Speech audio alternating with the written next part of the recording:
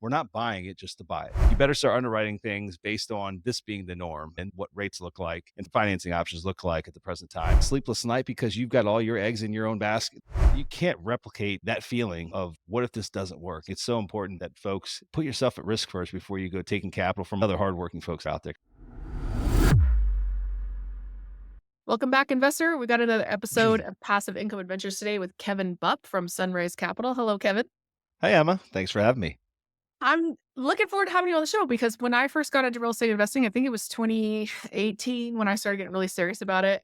And everybody's, oh, podcast, right? And yours was one of the first ones I found because as I was going through what I could listen to, is the real estate investing for cash flow. And I'm like, cash flow, that's what I want. I feel like I broke every rule and did every wrong thing. Now I'm coming back to cash flow investing 7 years later, trying to figure out, okay, how do I actually retire on the passive income rather than just having a Mhm. lot of equity piled up? So I'm sure you can have a lot of great insight into that for us based on your past. For those of you who are tuned into the show for the first time, this is Passive Income Adventures. The name says it all. We want you to be able to take more adventures. The passive part gives you the time and the income Mhm. part gives you the money. So we're trying to help you figure out how to pay for it and just build the lifestyle that you want, funded by work that probably somebody else does. Kevin, most podcast listeners in the real estate space are going to know who you are and be familiar with your show, but can you just catch up somebody who's been, I don't know, living under a rock for the last 5 years on what you Sure. do and who you are? Sure. So Kevin Bupp, I'm the CEO of Sunrise Capital Investors. We're a boutique private equity firm that specializes in two asset classes, manufactured housing communities and parking. So parking lots, parking garages. Been a full-time investor since the age of 20. I bought my first property at the age of 20. I'm 46 today as we record this. Actually, today's my birthday. So March 13th. Don't know Hi. when this is going live, but I've been at this. I always joke and say I've never had a real job. Real estate's been at bartending. I was about as close as I got to a real job, and that's definitely not a real job. No offense to anyone that's a bartender, but it was a lot of fun, made good money. But real estate's really been my passion again since the age of 20. So I did that first deal, and it's evolved quite a bit over the years. I've owned just about every different type of real estate you could think of. But again, today's our core focus is manufactured housing and parking. Outside of that, I'm the host of the Real Estate Investing for Cashflow podcast. I've been doing that now for 11 years, which is crazy because a lot of people 11 years ago didn't even know what a podcast was. Yeah. I used to interview certain guys, some older gentlemen. They were like, "What is this again?" I'm like, "It's a podcast." And they're like, "What is that?" I'm like, "It's an internet radio show." And then they got it. And they're like, "Okay, sounds good." I don't know where I'm going to hear this, but I'm good with the interview. Let's go. Yeah. But no, so that's the long short of it. Again, I've been at this now a long time, been through a full cycle, I guess you could say. And I don't know if we're in the cycle again right now. The last couple of years have been a little challenging with interest rates, but we've had a couple of growth years behind us. So while a lot of other folks were finding themselves in challenged positions, we've had our two biggest growth years in 23 and 24. So we've been on a fun run here at Sunrise, and just enjoy what I do, enjoy the people that work for our team, and we have a lot of fun doing it. Have some great investors that support our venture, and we all win together. Yeah, I suspect the growth years that you've been experiencing during the last, say, 2 years of this weirdness where people are like, are we in a recession? Are we not?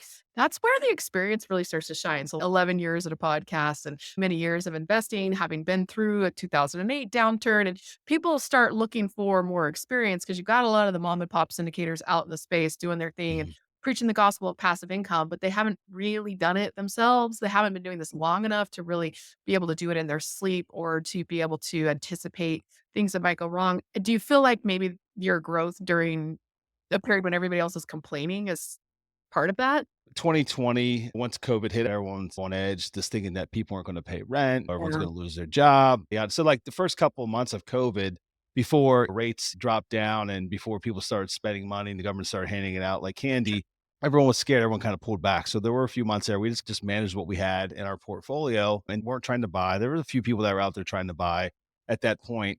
But then when I think we realized that everything was going to be good, rates were coming down, there was just this flurry of activity that took place. And so we were trying to be active buyers. We bought quite a bit in 2020, 2021, 2022 when rates were at all-time lows. But what ultimately occurred is that we would underwrite a lot of deals. We look at a lot of deals and we're never going to be the highest payer. We're just not. I'm pretty conservative by nature. I don't want to go through a downturn again. I don't want to go through losing everything again. I did that once. And so I'm just very conservative and I want to be able to sleep at night. I'm not trying to squeak every ounce return. I'm trying to buy things with thin margins that there's a lot of risk associated with it.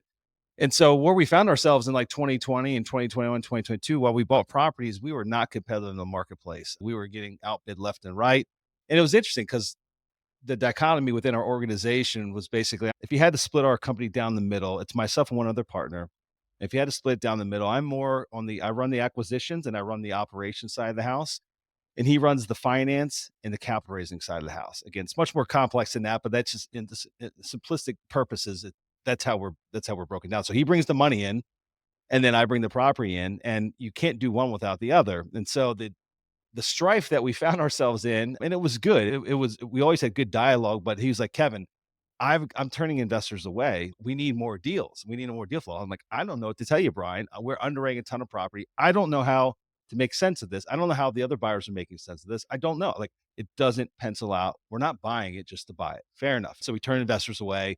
Very frustrating to have to turn money away because it's going to go somewhere else, right? It's going to go to another home. And again, we bought during those years, but we were definitely not growing like gangbusters, like everyone around us. Even guys that I trained in this business, we're watching them blow past us as far as like number of units, how many properties they're buying. Fast forward to 2022, right? When rates See where started increasing. I'm not going to say that I saw this coming. Like, we just inherently knew that rates would have to go up at some point, right? Like, yeah. there's only one direction they could go.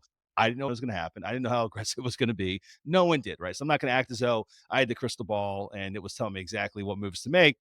All I know is that I had a lot of frustrations. I questioned myself. I had self-doubt quite a bit of like, how are other people growing? And we're not growing at the same pace. And we have way more experience than a lot of other folks do. That was frustrating internally as an organization.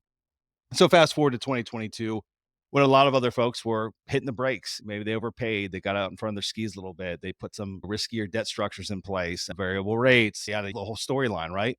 It really teed us up for rolling into 2023 hot and heavy. So number one, we've never stopped distributions to this day on any of our funds. So we continue to make distributions quarter after quarter. I think now we've had 29 consecutive quarters in a row that we've made distributions. The only time that we ever Like pause yell that. distributions, what's that? Yell that a little bit louder. Say Yeah, that. yeah. Yeah, 29 consecutive quarters of distributions have never stopped. The only time that we paused temporarily was when the pandemic started. We paused for roughly 30 days, and we just paused it Okay. because we didn't know if tenants were going to pay rent, and we Yep. just wanted to have a little bit of dry powder in the event everyone just decided to say, I'm not paying my rent this month. That Yep. did not happen, but we did pause it for, I think, roughly 30 days, and then we resumed it again. And we haven't stopped since. And so we didn't really stop distributions. We just paused, and we had the money to pay out. We just didn't want to pay it out because we didn't know what was going to transpire the next month or two with the COVID. And so anyway, so it's put us in a really good position to kick off 2023. Because what we have found in the last couple of years, it is not the ideal time to be selling. The only people that are selling are people that are needing to sell for one reason or another. Maybe it's not distressed property. A lot of times we found that it's been distressed situations, just their capital stack, term loan coming due, various reasons, partnership dissolving. And so it put us in a position to have capital and have firepower and buy great opportunities and not have a lot of competition to do so when others were on the sidelines. So it's just everything that we bought in these last 2 years have been phenomenal assets that my guess would be if it was the same competitive market back in prior to the rates going up, that we probably wouldn't have been the top bidders, wouldn't have been able to buy. We wouldn't have been the ones that would have been awarded the deal, just given how we underwrite things, right? We want to buy things that have a margin of safety. We want to buy things that are cash flowing from day one, that have a lot of upside thereafter as well. Great markets, great locations, great infrastructure. And it's really hard to do that when you're in a really hyper competitive environment. And so again, we just had two great, phenomenal growth years, bought some incredible assets, irreplaceable assets, just legacy assets that we look forward to holding for decades and decades. And we'll see what 2020, we've got some pretty lofty goals for 2025, and we're kicking the year off with a good start. We've got a couple closings coming up and a couple deals in contract that we're super excited about. And competition is slowly starting to creep back in. I think people are starting to realize now that we're in this higher rate environment. And while they might go down a little bit over time, this is where we're at right now. This is the new norm. They're not going to see a significant drop. You better start underwriting things based on this being the norm and what rates look like and financing options look like at the present time. And either get the deals to pencil or they don't. We still look at a lot that don't pencil because people are still set with the same expectations of pricing that they had 3 years ago. Someone put a number in their head, and that's still where that number's at, and it just doesn't work. But we're transacting with those ready to sell and wanting to sell and needing to sell. So anyway, I'll shut up there, but it's been a fun ride. It's made me feel really good. My partner and I, there's been many conversations we had over the last 2 years. I never would wish ill will on anybody because I'm personally involved in some deals. I've got personal capital in that have made capital calls, that are having challenges, right? Nothing that's going back to the bank, but things that are in distress. And we look at each other, we're like, I'm sleeping really good at night. As far as our holdings, our portfolio, our investors, we're not running damage control. We're not having those tough conversations, which I never, ever want to have because we were incredibly disciplined in a time when a lot of others weren't. Okay. All right. There's a lot there that I want to touch on. You said a few things. Briefly tell me what that felt like when you're looking at it and you're like, I have more experience and these people who are growing faster than me. I'm turning investors away. Nothing is penciling. Were you Yeah. thinking we're obviously in a bubble? I Or were you struggling like that self-doubt that you mentioned when I you self-doubt. Now, more started? self-doubt than anything, just thinking I'll never be one to say that I'm the best at any particular thing. I know that there's a lot of talent out there. There's way smarter people than I, right? And so I just chalk it up to, look, I'm pretty good, but I'm probably not the best. There's other people that have it looking at it through a different lens, and maybe they got a different business strategy. They got a different way of underwriting, or they see something I'm not seeing. But it was more self-doubt than saying they're irresponsible, because a lot of these weren't just brand new. Some of them were brand new Right. buyers in the space, and like they just got started a couple of years ago. But there were plenty other that were fairly seasoned that were getting overly aggressive and just growing like gangbusters. And so it was hard to chalk it up to saying that, hey, these are just new, inexperienced investors. Don't their front from their backside. I don't think that was the case. And so a lot of the self doubt crept in. In fact, we went through a period during those years where we pruned out our portfolio. We identified the properties in our portfolio that were like, hey, let's take advantage of the timing here. We don't necessarily see holding this forever. And Mhm. so today's probably the right time. Let's put it on the market and see what happens. The prices that a lot of our properties sold for that we exited out of, these are probably the properties that we've owned for maybe as short as 3 years, maybe as long as 6 or 7 years. And I'd have to argue that we know them better than anyone else at that point. We've been operating them now. We know where the skeletons are buried. We know the good, the bad, the ugly. Every property's got good, the bad, the ugly. Seeing what they traded for and knowing that a lot of our properties, we try to maximize value. So when we sell something, there's not a lot of meat left on the bone. We're not Right. selling another property that's got a lot of value add runway left. It might have a little bit, but not a lot. And I couldn't even make sense of the things that our stuff was selling for. I'm like, I don't know how they're like, this doesn't make sense at all. Like, I know what our returns have been. I know what our basis is, which is literally sometimes half of what they're paying. I don't know how they're making the economics work. I just don't know. So again, we'll see what the long-term story, how that plays out. I don't think there's a lot of distress at this point in the mobile home park space. I'm not saying that there won't be, but I just think that a lot of folks overpaid and are just now trying to manage, maybe not damage control per se, but just manage their investor or their tenant base, even because they've had to raise rents now many times, double digit rent increases year after year in order to make the numbers work. You're getting pushback from tenants. You're finding yourselves in tough conversations with municipalities now because tenants are in an uproar and like all those situations now that are playing out. But so I guess back to your original question of self doubt, it was really self doubt more than anything else. It was just, I don't know what's happening here. I feel like we're pretty smart, but we're getting beat out left and right. And it was even tougher because Brian, my partner, saying, Kevin, we've all, this capital's way like, literally, I've just turned away $7 million over the past 30 days. Can you please find some opportunity? Like, that's a little bit of pressure because we both want to grow the organization, right? Like, we both Yeah. have aligned interests to continue growing the organization. But he can't grow without me, and I can't grow without him. He was doing his part. I wasn't doing my part. I Yeah. wasn't bringing the deals to the table. But again, Yeah. looking back, we're very happy with how all that played out. Certainly. I'm of the mind that it doesn't matter what's going on in the economy. There are good deals to be found if you can turn over enough Yes, rocks. So where you just that's feeling, oh, maybe I haven't networked enough. Maybe I haven't turned over enough rocks. Like just that kind of feeling, like knowing that maybe you're in a bubble, but even in a bubble, there are some good deals out there if you look hard enough. And you're like, I guess I just not looking hard enough. yeah, What more can I do? Yeah, I feel that way pretty often, but we're more on the capital raising side. Like we have a hard money fund. We fund flippers in Salt Lake City. Like people ask, what could you do half asleep like that all day over and over again? We have a few other things that we do, but that's really our bread and butter. And I feel like in the retail capital world, you tell me like the difference between institutional capital and retail capital.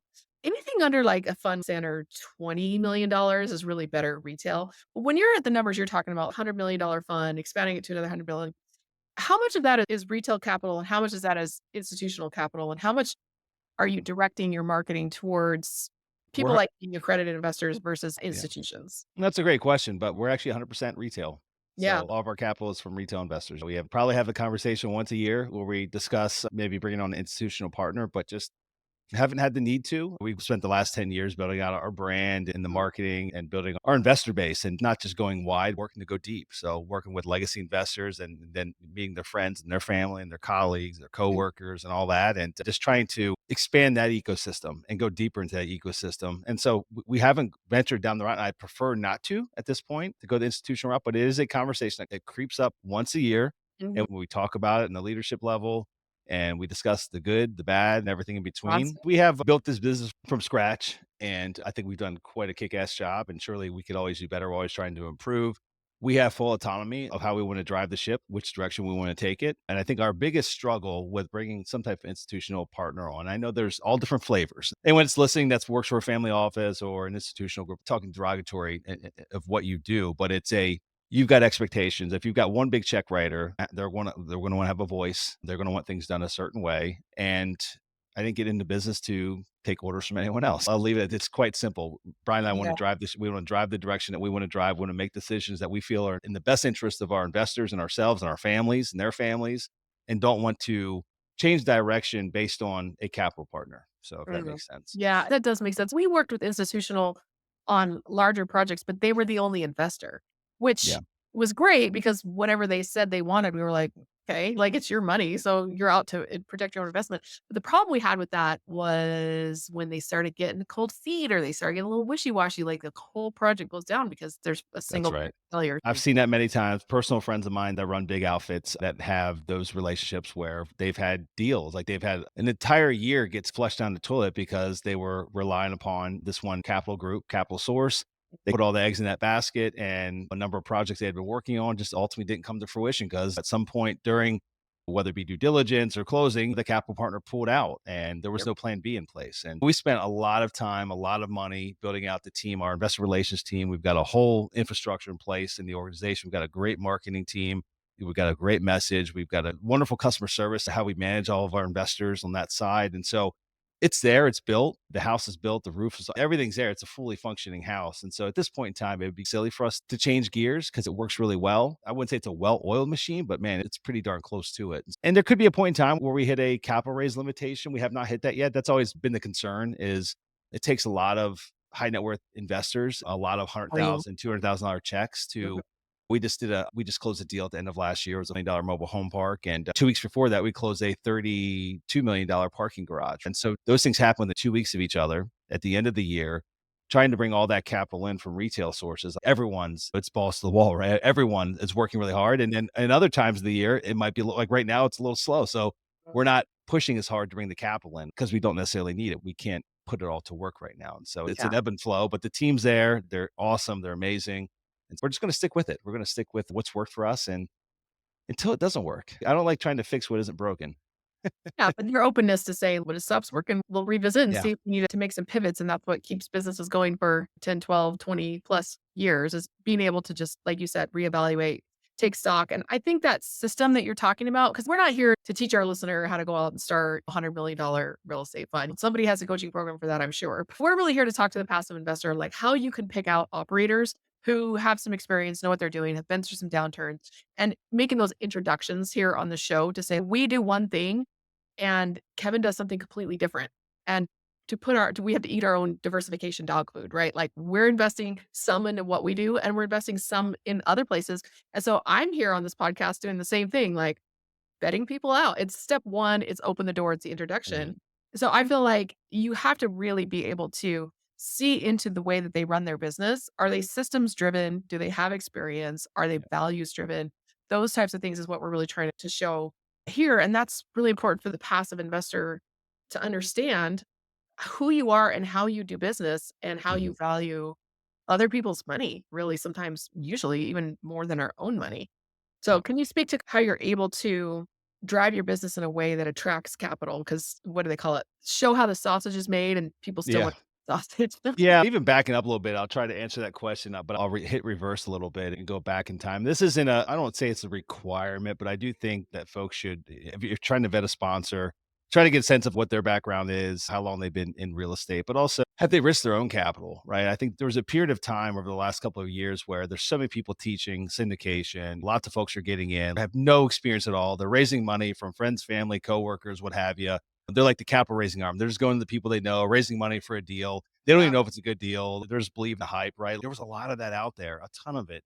But they really have none of their own money at risk. They have no money in the deal. In fact, they don't have money. I'm not Bro. going to say that they're broke, but they're broke. They're working their W-2. They're trying to find their way out, right? But they really have no skin in the game other than their time, which their time's worth something. But if you're going to get into something, prove the concept with some of your own capital. If you can only do a small scale, do a small scale. So if you want to be an apartment syndicator, go buy a duplex. Figure out how to come up, save up enough money on your own, downgrade your car. Figure out a way to come up with a down payment. Go buy a duplex. It's a value add. run the business plan, right? And use it as a case study and just really work your way into larger deals. But first start with risking some of your own capital, putting your money where your mouth is. I think that's important to do. It makes you have a different level of respect when you start raising money from other folks. If you don't know what it felt like to have a sleepless night because you've got all your eggs in your own basket, like literally you live or die on that one deal that you just bought. And the Mhm. chances of you guys losing your primary residence to foreclosure, if this deal doesn't work, that's real. That uncomfortability, you never know that if you've never actually risked your own capital. So I just think that's vitally important. And I get a lot of people are starting with nothing. Well, figure it out. I don't know. Don't figure out how to get something of your own and risk it before you go take it from other folks. And so again, I'm a firm believer in that. And even when we started buying mobile home parks, I lost everything after '08 and I started over again. Like I truly didn't have I didn't have anything in my name. My credit was tarnished at that point. I didn't have any credit cards. I was starting from scratch. I had basically $75,000 that I had scratched and saved and kept for a rainy day so that I could try to find my way into phase two of this rebuild journey, right? And we bought the first mobile home park. Like I was scared shitless to buy the first part. Number one, I never bought that asset class. This is back in 2012. The world was very different back then. There was still a lot of distress in the market. The economy was still in the crapper, right? Like we weren't even coming into a recovery stage at that point yet. And this mobile home park I bought was in Atlanta. So it was 8 hours away from where I lived. It was 34 lots, but it was 100% vacant. It had 34 mobile homes in it, but it was vacant. It was an REO. The special servicer had run it into the ground after the prior owner had run it into the ground. And so we are basically buying this piece of property that had no income to it, had a hard money lender that was going to lend most of the money. We had to put my 75 in, my partner put 75 in, and that was it. And I drove back and forth. That thing had to work. It literally had to work because I had no plan B in place. Like we had to make that deal work. And it took 8 months to get it to where it was stabilized to where we could actually start taking checks from it that had an income stream. And then ultimately in a year and a half, we refinanced it, got all of our original capital back, paid off the private lender, put a normal loan in place. And then the second property, I took the money from that one, bought the second property, put all the eggs back in that basket again. And I did that on about 7 properties before I ever took a dime investors in the mobile home park business. And I'm not going to say Yes. you have to do 8 properties, but I struggled and I drove a used car, like a crappy car for many years. And I had to start all over again. I didn't have anything to my name. If this didn't work, I was below the low point, right? I would have been completely broke, had bad credit, and it would have been even harder to claw back out. But anyway, guess what I did? I drove 8 hours up, 8 hours back, and at 2 days at a time. And I ran construction crews around the clock to get these things whipped back in shape. I handled all the sales and marketing, the management, the renovations, running all the crews. I literally drove weekly. I had a young kid at the time. My son Jax, he's 11 now, but new dad, wife at home, trying to wiggle my way out of poverty state I'd put ourselves in. You can't replicate that feeling of what if this doesn't work? I think it's so important that folks, maybe not to that extreme, but put yourself at risk first before you go taking capital from other hardworking folks out there. Because everyone that's investing with you, they busted their ass to make that money. And like Yeah. they're betting on you. They're betting on the jockey to multiply that investment that they put in Yes. your hands. So you hit on something very important that I don't know if I talk about this enough on this show. Joint venture, right? When I did my first commercial deal, it was a 506C. We were taking on limited partners, but my two partners had really good networks, and the limited partners who were coming on were not inexperienced. They knew more than we did. And they were giving us advice and their perspective and other deals that they had been on. And they were rooting for us as newbies in the Mhm. space. And I felt much more comfortable taking their capital because they were trying to help us. It wasn't a Yeah, charity, but it was definitely like, hey, we want to see you guys succeed. And that's we great. know these ropes and we will teach you these ropes. That was where I got comfortable taking limited partner money. But the next bunch of deals I did were joint ventures. It's you got 200K, you want to put in this deal, let's go buy an apartment building. And I was putting my money in, they're putting their money in, and Yep, we all had control because if you're asking a limited partner to give up control, you better have control over your operation. And if you yeah. don't have experience and your LPs don't have experience, then nobody in this deal has any experience. And so the joint venture, I really like what you're saying because you put money in, you had a partner with his same skin putting Mhm. his money in. So you don't have to do it by yourself, but you That's just right. have to make sure that everybody who had money in there had a controlling stake and was putting their own capital up at risk. I think the problem that we're finding right now is like when you got some of these new syndicates that are now in hot water, some of these syndications that are in hot water, they're good operators, right? Like maybe they caught at the wrong time with rates and their capital stack was not appropriate for what was about to happen when rates went up. I'll leave it at that. But there's plenty of others that weren't just good. Rising tide lifts all boats, and when values are going up, everyone looks like geniuses. But the challenge with a lot of the new syndicators, I think that they a big deal done, but individually raise money from just friends and family and coworkers. Those individuals didn't have any personal strength on their own balance sheet. They have no liquidity aside from maybe the proportionate share of the acquisition fee that they got when they bought the property. And so what you're seeing is these properties are struggling. And a capital call is the typical structure that takes place when there's a capital infusion necessary. Yeah. What I've personally seen with groups that I know is that they've put out capital calls, but yet they don't have any money themselves. Like literally, their balance sheet is in horrific shape. They have no ability to actually contribute to writing the deal, right? They have no money. They're literally a broke syndicator and now just relying upon their LPs that already entrusted them with the capital to make this right again. And yeah, I think so. When you're vetting sponsors, I think an important thing to do due diligence. But what does that mean, right? Really trying to understand the financial strength of that sponsor all the way down to a personal level. Company is important, but also even a personal level. Like, how well off are they? What does their personal balance sheet look like? Get a good understanding of what type of liquidity they have. Are they just bringing? Since a lot of these multifamily deals, that seems to be the asset class that's in the biggest pot of hot water, Oh, yeah. is that a lot of these sponsors even didn't have their balance sheet that they could sign on a loan on. And so they could go get what's called a key principal, just a high net worth individual that would basically, they could use his balance sheet Yes, to but they actually also to parade get the him loan around. done. They parade him as the experienced team member as if he's Right. gonna run it Just looking for his 5% of the GP Sure. slice. That's all he Yeah, wants. dishonest.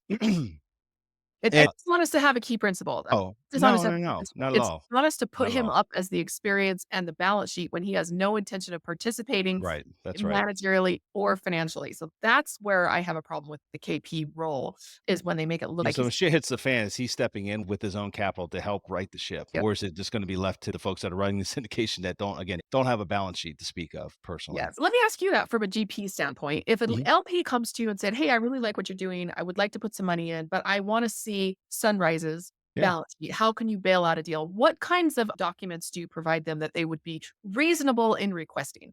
Yeah, no, I think a company level balance sheet. So we run funds, so a little different. And Mm. so they could ask us for the balance sheet of that respective fund. We could surely show that to them. We could show how much capital that we've raised, how much we've deployed. We share financials on the individual deals, even down, balance sheet for individual deal level to see the health of the individual deals themselves, like in our business plan. Where's our budget? Have we missed the mark? Have we exceeded expectations on individual deals? So we'll basically provide whatever is asked for. But I think understanding company's one thing, but I think personal is even more important than the company itself. For example, PFS of the actual sponsors, the main sponsors. I don't mind giving that. I don't really get asked for it, but I don't mind sharing it. It's You my would share a what's a personal certified? Yeah, a certified third party. PFS. Same thing that I share with the bank, right? When we go to get Yeah. loans. It's a Yeah, big I don't get big asked for it all outlier that too. much. I would make someone sign a non-disclosure. I'd make them sign Yes. non-disclosure, and I've got to show liquidity when we go get loans. I've got to show personal liquidity, typically Yeah. of 10% of whatever the loan amount is. And again, I can tell that I asked for this when I go to invest in as an LP in deals. I'm probably a rarity though, an anomaly, just because I know what can go wrong. I know smoke and mirrors game that exists out there. It's pretty easy to posture yourself and know that there's really not much support behind it. It's Yep. just, and again, we're seeing it play out right now with a lot of deals that are going sideways. I think just the personal strength of that borrower, again, are they able to, if times go bad or if the company needs a capital injection, even down to like payroll, think about, so we run a fund, so it's a little different. We have a vertically integrated property management company, but like it's important to know that if things don't go as planned and for whatever reason, our property management company, it's property management's not incredibly profitable. It's just not. We're at a scale where we run in the black now, we're good. But Yeah. there's periods of time where we were in the red, where we had to fund it. Mhm. Brian and myself, over years, I think we probably have contributed somewhere in the realm of $1 million to our property management operations. Mhm. When we go through a growth stage, we might sell some properties off, right? And when we sell those properties, you basically remove that property management income from those properties. And we might have a period of time where there's a deficit and we've got to either lay people off or make payroll, right? And what you don't want to have happen is not be able to make payroll. Now that's going to ultimately have a trickle down effect in the rest of the Yes. operations. Mhm. So just knowing that there's some personal firepower behind the business is also important. Again, PFS, proof of funds. Some people are probably going to provide that. If someone's just going to come to me with $100,000 check, and that's what it's going to be, I probably wouldn't go as deep as giving personal financial statements, bank account records, and things like that. I wouldn't be opposed to it if I knew there was going to be a deeper relationship. Mhm. But we have 700 plus investors, and I'm not just going to post it out there to the world. But I would absolutely, if I knew that this investor was doing his right due diligence, he was checking all the boxes, Mhm. asking the right questions, I would have no issue providing that information. So long as I knew that wasn't going to be disclosed to the world or to the masses, what have you. I think you need to ask those questions. And also just the general response you get when you ask those questions. What's the body language, right? When you're Ah, asking about yes. those things, like what's the body language that you're receiving? It's hard to do over the phone, but if you're in person or on Zoom, just see how they react when you ask those type of questions and ask the tough ones. Like, what happens if this deal goes sideways? What's your personal situation? You'll be able to, along with the other LPs, be able to help contribute more capital to right this ship. What does your personal financial situation look like? I see a lot of the acquisition fees that get taken, and you got a lot of these syndicators that have got, that money gets spent incredibly quickly. That's their Lavish job. things. And I get it. There has to be money to keep the lights on. Asset management fees, unless you've got big scale, typically aren't enough to do that. There's a sweet spot of size to where you have enough revenue coming in from asset management fees that you can truly support your organization and keep the lights on. But until you get to that scale, you're feeding that beast. And a lot of it's being fed from the acquisition fees. That's important as well. So if you're working with a group that is doing their first deal or their second deal, they might be like robbing Peter to pay Paul, not in a bad way, but like literally trying to finagle their way through getting to a scale to where they can support their staff. They can pay the entirety of the staff with asset management fees from the operations of the organization and not necessarily have to keep feeding the beast so that if the music does stop, the building completely crumbles, Mhm. right? Because they can't feed it anymore. Yeah. I mean, there's a lot that we can analogize into our personal lives. What jumps to mind is Dave Ramsey, who says broke people have no business owning houses. Get your own financial thing together before you buy a house. He also says that 100% of foreclosures are by properties with mortgages on them. And that doesn't mean that I'm opposed to mortgages, but it also Yeah. shows how important it is to get your financing right, get your capital stack correct Yeah. at the Yep. senior or even mezzanine debt level, because the bank, like you said, the bank can take that property away and that would be a total loss of capital. So making sure that mortgage aspect is extremely conservative, right? But it was hard to get a loan for a while. And especially on distressed properties that Yeah. imagine like a FHA won't loan on a home that's messed up. And so you need a hard money lender to come in. It's the Mhm. same way in commercial properties. Like these bridge loans are not great loan products, but Yeah. sometimes you can't get the product done otherwise or the project. And people are like, I'm not going to do that project. Let somebody else go take that risk on it. So understanding that loan, how important that is to the success and health of the Mhm. project. And then, like you said, who's going to come and bail it out? And can they show and demonstrate an ability and a willingness to actually bail it out? Because I've seen Yeah. KPs just be like, we're gone, let the bank have it.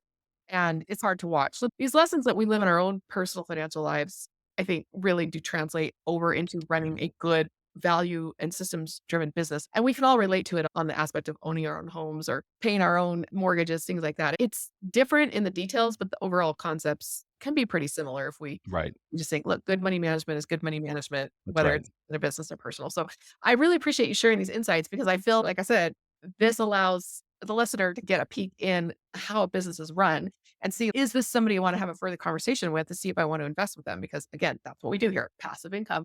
We're not here to teach you how to run like, your giant business or any of that. We're here to teach you how to get other people to work on your behalf to pay That's you right. money. I always ask at the end of every show, what type of person would be the best person to reach out to after the show? Like your ideal listener who would say, hey, Kevin, let's talk. Yeah, no, that's a great question. Obviously, someone that fits the accredited investor status first and foremost, and then second to that is someone that's interested in real estate investments but doesn't have the interest or time or just wherewithal to go do it themselves. They don't want to be actively involved in an investment.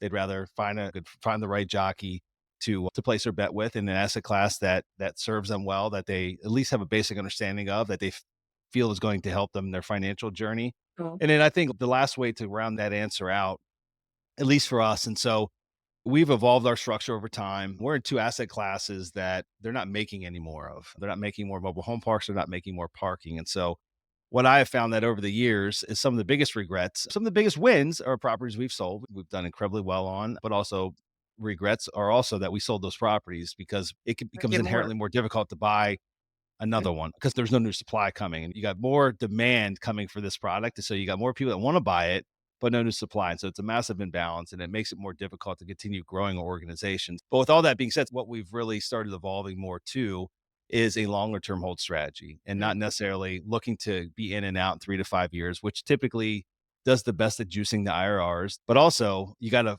take that capital once you give it back to an investor and go find another home for it. And that's a job in and of itself. So, our ideal investor is someone that's at a point in their life where they've made money, they've done really well, and they're more working towards wealth preservation Mhm. and looking to take lower risk, want to be in great assets and great markets and have mailbox money quarterly without hiccup, and know that I'm not going to call them every 3 years to let them know that, great, we sold this property, we've done really well, but now you've got a tax problem on your hands and you got to Yeah, find another home for that money. It's a lot of work for folks that it are, is.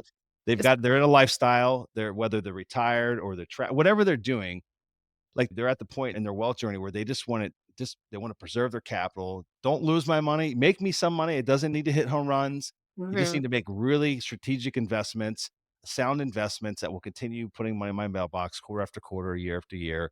And don't cause me more tax challenges down, or give me tax benefits, right? When we buy something, we give them depreciation, right? Help them write off any gains that they have. But every time we sell something, they have to recapture that depreciation and then have capital gains on top of it that they have to pay. And so that's our investor. Our investor is like a long-term outlook, someone that's actually putting some estate planning in place to where they're going to take the income for a decade or two to come, and then they're going to pass it down, right? It's part of their estate planning where they're going to pass their investment with us, with Sunrise, down to the heirs and let it continue on to build their family's legacy. So that's Yeah. our ideal investor today. That might not have been what it looked like 5, 6, 7 years ago, but based on how we're looking at our investment classes, we know that mobile home parks will be here for a very long time. It's a phenomenal asset class. It's got a bright future ahead of it. And especially the fact that they're not making any more of it, the supply demand balance will continue to grow.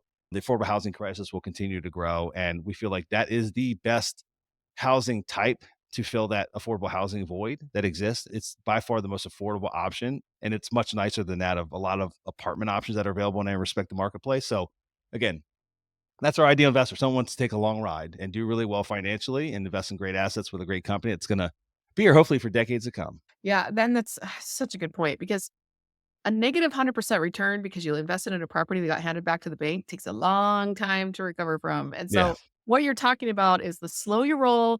You're not going to get rich quick, but you will get richer or eventually. And I think that is something that's so frustrating for most people here because for the broke syndicator who's trying to get himself out of his job and build passive income so he can, and he's hustling hard, but he doesn't have any money and he's over his skis, like you said, there's that desire to go faster because we're so impatient to hit Yeah. that financial freedom or that fire number or whatever you want to call it.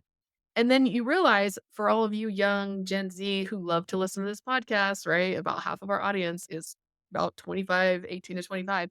This is what you're aiming for. The one you just described, the sooner you can get there, the better. But it also takes time and you just need to Yeah. let compounding do its job and stop taking so many risks. I know you think you're young and that you can recover from it, which is true, but there's has to be some kind of a balance there Yeah. to slow down your wealth gain to preserve your wealth because in the long run, that actually makes you get there fast. That's the whole tortoise Yeah. in the Yeah, question. no, I think there's faster ways to make money than real estate. Real estate is definitely not a get rich quick by any means. Don't get me wrong. Like you can, there's deals. One out of every 10 deals we do, it's man, we grand slam, knock that one out of the park, and Yeah. wish we could do them all like that, right? But that's just not how it works. And so I would say if you're dead set on getting rich quick in real estate, then I would say that being a passive investor in syndications, it's not going to be the best way to get you there. And don't look at the historic performance over 2020 to 2022 because a lot of those Trouble. syndications at 3x multiples on money, Yeah. right? And that's just not repeatable.